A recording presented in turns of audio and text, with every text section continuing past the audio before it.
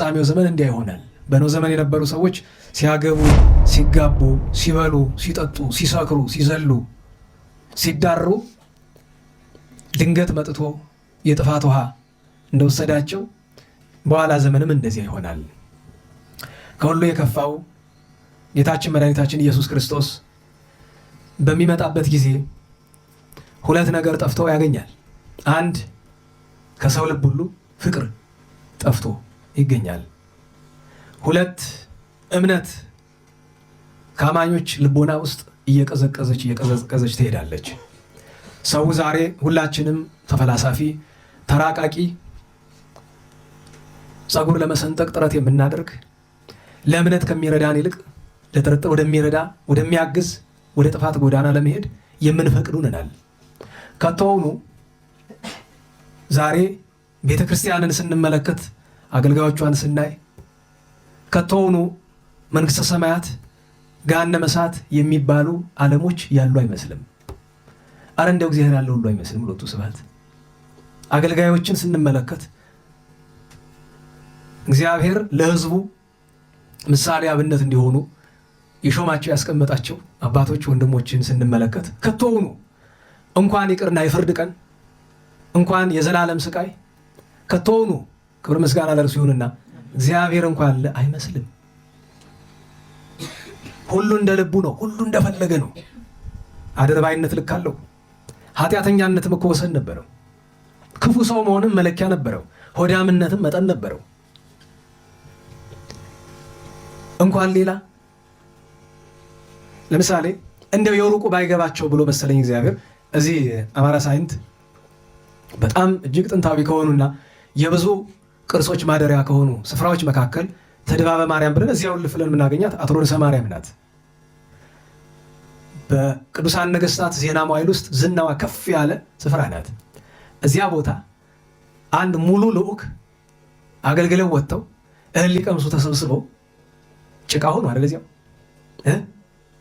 እዚህ ኦዲዮ ያሰማቸዋለሁ። እዛ ከሞት የተረፉ አሁን ስፍራው ላይ 2 ሰው ብቻ ነው ያለ። ሌላው በሙሉ የሞተው ሞቶ የቆሰለ ቆስሎ፣ ሌላው ደግሞ ሸሽቶ ሄዷል። የሚገርማችሁ ነገር ዘፋኝ ሲሞት ሁልጊዜም አንድ ዘፋኝ ሲሞት ሌላው ዘፋኝ በሙሉ ይፈራል፣ ይደነግጣል። ጋዜጠኛ ሲሞት ጋዜጠኛ ይደነግጣል። የሚያስገርመ ነገር ካህን ሲሞት ካህን አይደነግጥም ጨርሶ። ከቶውኑ ትዝ አይለውም። ምን አይነት ስሪት ቢኖረን ነው? እኔ አንዳንድ ጊዜ ሮቦት የሚባል ታውቃላችኋል? ሮቦት እንኳ ከኛ ይልቅ የሚደነግጥ ይመስለኛል። አሁን ሮቦት ነፍስ አለው የለውም ማለት ሲስተም ነው አይደለም? ግን እንጃ ዝም ብዬ ሳስበው ሮቦት ምናልባት ደግሞ ሮቦት ካልገባን ደንጊያ የሚደነግጥ ይመስለኛል ከኛ ይልቅ። ትንሽ ሐዘኔታ ይሰማል። መቼም ጌታችን ዳግም ምጽአቱ ነውና እንዲሁ ሲመጣ ምን ይለን? እንዲሁ እስቲ ራሳችሁን አስቡት። ምን ይለን ይሆን? እንዲሁ በተለይ እኛ በክህነት ያለን ሰዎች እንዲያውም እኮ ቅዱስ ያሬድ ምናል ምን ተንብላ ለነፍስ በዛን ቀን እንዲሁ የምትለው ነገር ለገዛ ሰውነታችን ለገዛ ነፍሳችን ምን እንላት ይሆን? በፍርድ አደባባይ አቆመው ሲወቅሰን ምንድን ነው የምንመልሰው? ምንድን ነው ምክንያታችን? አብዛኛው አገልጋይ በተለይ በከተማ ያለ አይረባው እናውቃለን። ምን ማለት አንድ ሰው ለጽድቅ እንቅፋት የሆኑታል ተብሎ የሚታሰቡ ነገሮች አሉ። እነዛ የሉብንም በአብዛኛው እና እኔ ግራ ይገባኛል። ማለት በዚህ ዘመን ኃጢአት መስራቱ አይደለም የሚያስገርም። መጀመሪያ ኃጢአት ሲሰራ ያስደነግጥ ነበር ድሮ። ቀጠለና ሰዎች ኃጢአት ሲሰሩ የማይደነግጡበት ጊዜ ደረሰ። ቀጠለና ኃጢአትና ጽድቅ ተቀላቀለ። ማለት ኃጢአትና ጽድቅ መለየት የሚያቅተው አገልጋይ ህዝብ ተፈጠረ። አሁን የመጨረሻው ምን ላይ ደረስን? ኃጢአት ጽድቅ፣ ጽድቅ ደግሞ ኃጢአት የሆነበት ዘመን ላይ ደረስን። በዚህ ዘመን የምትከሰሱ መልካም ስትሰሩ ነው ክፉ ስትሰሩ ነው? መልካም ስትሰሩ ነው የምትከሰሱት። ክፉ የሰራን የሚወቅሰው አለ፣ የሚነቅሰው አለ፣ ተው የሚለው አለ፣ እረፍ የሚለው አለ። እንደውም ይቀናበታል። እገሌማ ታድሎ፣ ሌባ ይቀናበታል፣ ሙሰኛ ይቀናበታል፣ አረመኔው ይቀናበታል፣ ታድሎ ይባላል። ይሄንን የሚለው ህዝቡ በሆነ አረማውያን ወይ ደግሞ መደበኛው ሰው በሆነ ባላስገረመኝ እና በእውነቱ እግዚአብሔር አውድማውን የሚያጠሩትን አዝመራውን የሚሰበስቡትን እንክርዳዱን ከምርቱ የሚለዩትን ፈጥኖ ይላክልን። እውነቴን ነው፣ ፈጥኖ ይላክልን። በተለይ እኛ ቤታችን ፈጥኖ ይጠብልን፣ ፈጥኖ ያጽዳልን። እውነቴን ነው። ሲመጣ ማን እንደሚተርፍ ማን እንደማይተርፍ አናውቀውም። ቀድመን ከሚጠፉት እንሆን ይሆናል። ግን እንዲያው ህዝቡን ትቶ ቤቱን ያጽዳልን። ቤቱን እውነቴን ነው። በዚያ ያለፈው ሳምንት የነበረው ምንድን ነው? በነገራችሁ ላይ የአብይ ጾም የእሁዶች በሙሉ ራሳቸውን ይዘው ይሄ ታሪክ የተማራች ሰዎች ካላችሁ በሌላ ቋንቋም ክሮኖሎጂካል ኦርደር ይባላል አይደል? አንድ ነገር የሆነ ነገር ጠብቆ መሄድ። መጀመሪያው ሳምንት ምንድን ነው? ዘወረደ ነው አይደለም? ለመዳናችን ሁሉ ቅድሚያው ምንድን ነው? አምላክ ምን ሆነ? ወረደ፣ ሰው ሆነ ነው አይደለም? ቀጥሎ ቅድስት ነው። ቅድስት የጌታችን ጾም የጀመረባት ናት አይደል? ስራውን በምን ጀመረ ጌታችን? በጾም። ከዛ ምኩራብ ነው። ምኩራብ በውስጡ 3 ነገሮች አሉት። አንድ በምኩራብ ጌታ አስተማረ እንላለን። 2 ድውያንን ምን አለ? ፈወሰ እንላለን። 3ኛ ድውያንን ለመጻጉዕ እናቆየውና አንደኛው አስተማረ። በሚያስተምርበት ጊዜ ቤተ መቅደሱ ተቀድሶ ነው ረክሶ አገኘው። ሰዎች አገልጋይ ነን የሚሉት ሰዎች ቤተ መቅደሱን ለስጋ ፈቃዳቸው ሽጠውት ገበያ አድርገው ታገኛቸው። ቢሰሙ ብሎ የሰንሰለት ጅራፍ አይደለም፣ የብረት ጅራፍ አይደለም፣ የሽቦ ጅራፍ አይደለም። የምን ጅራፍ አበጀ? የገመድ አይደል? ወገብረ መቅሰፍተ ጥብጣቤ ዘሐብል አይደለም የሚለው። የገመድ ጅራፍ ይጎዳል አይጎዳም? ለጊዜው ማስጠንቀቂያ ነበረ፣ አልገባቸውም። በኋላ በዋናው ጅራፍ ጠፍተዋል። ከዚያ ቀጥሎ መጻጉዕ ነው። በነፍስ በስጋ የታመሙትን ፈወሰ ካስተማረ በኋላ። ከዚያ ደብረ ዘይት ነው። ደብረ ዘይት ነው። ዳግመኛ እመጣለሁ እፈርዳለሁ። ከደብረ ዘይት ቀጥሎ የሚመጣ ማን ነው? ገብርኄር ነው አይደለም?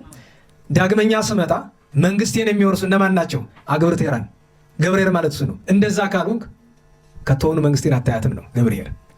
ቀጥሎ ምንድን ነው? ኒቆዲሞስ ነው አይደለም? ገብርኄርስ ማንን ይመስላል ካልከኝ ይኸው ኒቆዲሞስን ይመስልልሃል። ይኸው እሱ ኒቆዲሞስን አታመካኝ።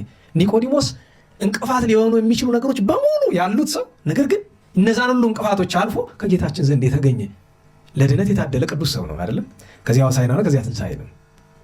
እና በእውነቱ ከባድ ነው ጊዜው። እና ደብረ ዘይትን ስናስብ ይሄን የነገርኳችሁ በማንም ላይ እንድትፈርዱ አይደለም። ሁልጊዜ ጌታ ለፍርድ ሲመጣ በማንም ማመካኘት ስለማንችል በፍርድ ቀን በቀኝ ከሚያቆማቸው እንዲህ አድርገን ይችን ሳምንት እንኳ ቢቀር ቢያንስ አንድ እግዚኦ ተሳሃለነ። ይሄ ማህበር አገልግሎታችን እኮ ይሄ በተለይ በዚያ በቤተክርስቲያን አካባቢ ያለው እኔ እንጃ ምዕመናን በየዋህ የተጠቀሙበት ካልሆነ በቀር እዚህ ተነግሬያችኋለሁ። ክፉ ልጅ በእናቱ ፊት ሲያለቅስ ወይም ፊት ሲያለቅስ ያሳዝናል ወይስ የበለጠ ያናድዳል? እኛ አንዳንድ ጊዜ ጸሎታችን በእግዚአብሔር እንደዛ እንዳይሆን ነው የምፈራ። ጸሎታችን ራሱ ተመልሶ መቅሰፍት እንዳያመጣብን እንፈራለን። ለምን? መዝሙር 39 ተመልከቷት።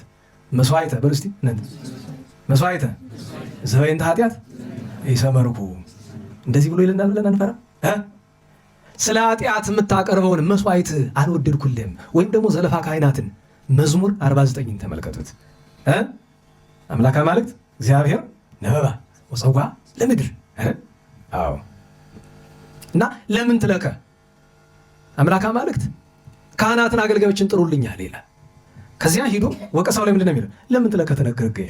ደግሞ የሚገርማችሁ ይሁን ሁሉ እየበደለ የሰባኪው ብዛት የሚገርማችሁ ነገር ዋናው ጸላይ ዋናው ጋኔን የቱ ሆኖ ነው መድረክ ላይ ከቆምነው በላይ ክፉ አለ እንዴ? ምን አለ ጌታ? ለምን ትለከ ተነገርገ። ለምንድን ነው አንተ ግን አስተምራለሁ ምትል? ወአንተሰ ጸላይ ከተግሳጽ መጀመሪያ ምን እንጠልታል? አዎ እመኒ ርኢከ ሰራቂ ተረሙጽ ምስሊሁ። ሌባ ስታገኛል፣ አሁን ሌባ ያልሆነ ስንት አገልጋይ ይገኛል። ሌባ ስታገኛል ሌባውን ተከትለዋል። ወረሳይከ መክፈልተከ ምስለ ዘማውያን።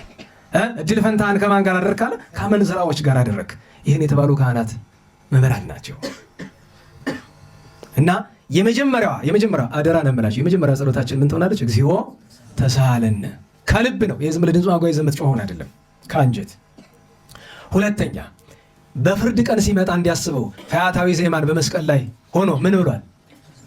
ተዘከረነ እግዚኦ በውስተ መንግሥትከ፣ አቤቱ በመንግስት ስመጣ አስበን።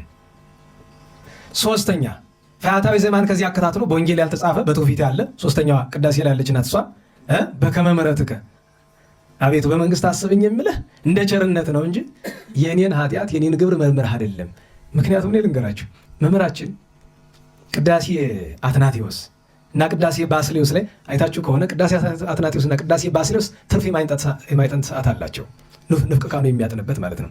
ሁለቱም ኃይለ ቃል ምንድን ነው የሚለው? ለምሳሌ የቅዳሴ አትናቴዎስ ላይ ጌታችን ዳግመኛ ሲመጣ የነበረውን ነገር አሁን ትሰሙታላችሁ። ልብ ብላችሁ ስሙት። ከነገረ በኋላ መጨረሻ ላይ ምንድን ነው የሚለው? አሚሃ ሀጣን ይበክዩ በእንተ ርእሶሙ። ያን ጊዜ ሀጣን ስለማን ያለቅሳሉ? ስለ ራሳቸው። ወጻድቃን ይበክዩ በእንተ ዘመዶሙ፣ ጻድቃን ስለማን ያለቅሳሉ? ስለ ዘመዶቻቸው አለና እስከ ሌሊሁ ያነብ ፈጣሪ በእንተ ፍጥረቱ፣ ጌታችን ኢየሱስ ክርስቶስ ስለ ፍጥረቱ ስለ ሰው ልጆች እስኪያለቅስ ድረስ ሶበ ይሬኦሙ እንዘ ያወሩ ውስተ ፍኖተ ሀጉል፣ ወደ ዘላለም ጥፋት ገሃነም ሲሄዱ ከፈረደባቸው በኋላ አምላክነቱ አባትነቱ ያራራዋልና ያለቅሳል ይላል። ስጋችን ስለተዋሃደ ማለት ነው። ከዛ መጨረሻ ግን ይላል ወመላእክተ ሰማይኒ ያዝኑ በእንተ ፍጥረተ ሰብእ፣ የሰማይ መላእክት ስለ ሰው ልጅ ሁሉ ያዝናሉ ብሏል። ያን ጊዜ ይላል በዚያ ሰዓት ካህኑ ምን ይላል? ምን ይላል? ይዞርና ይጠን ተብሏል። እንደገና ደግሞ በቅዳሴ ቅዱስ ባስልዮስ ላይ ደግሞ በከመ ምሕረትከ ከመባሉ በፊት ወይፈድዮ ለኩሉ ለለአሐዱ በከመ ምግባሩ፣ በፍርድ ቀን እያንዳንዱን እንደ ስራው ይከፍለዋል የሚለው ላይ እስኪ ይጠን ህዝቡ በከመ ምሕረትከ እያሉ እሱ ያጠናል እየዞረ እና በእውነቱ የእግዚአብሔር ቸርነቱ ብዙ ነው። ግን የእግዚአብሔር ቸርነቱ ንስሐ ለገቡ ከምንም በላይ ደግሞ አውቀው ለማይበድሉ ማለት እግዚአብሔርን ቸል ከሚል አገልጋይ በላይ ምን አረመኔ ያለ? በነገራችሁ ላይ እግዚአብሔርን ቸል ከሚል ከአንድ ዲያቆን አገልጋይ ይልቅ አንድ የማያምን ሰው ይሻላል። ነናዋላችሁ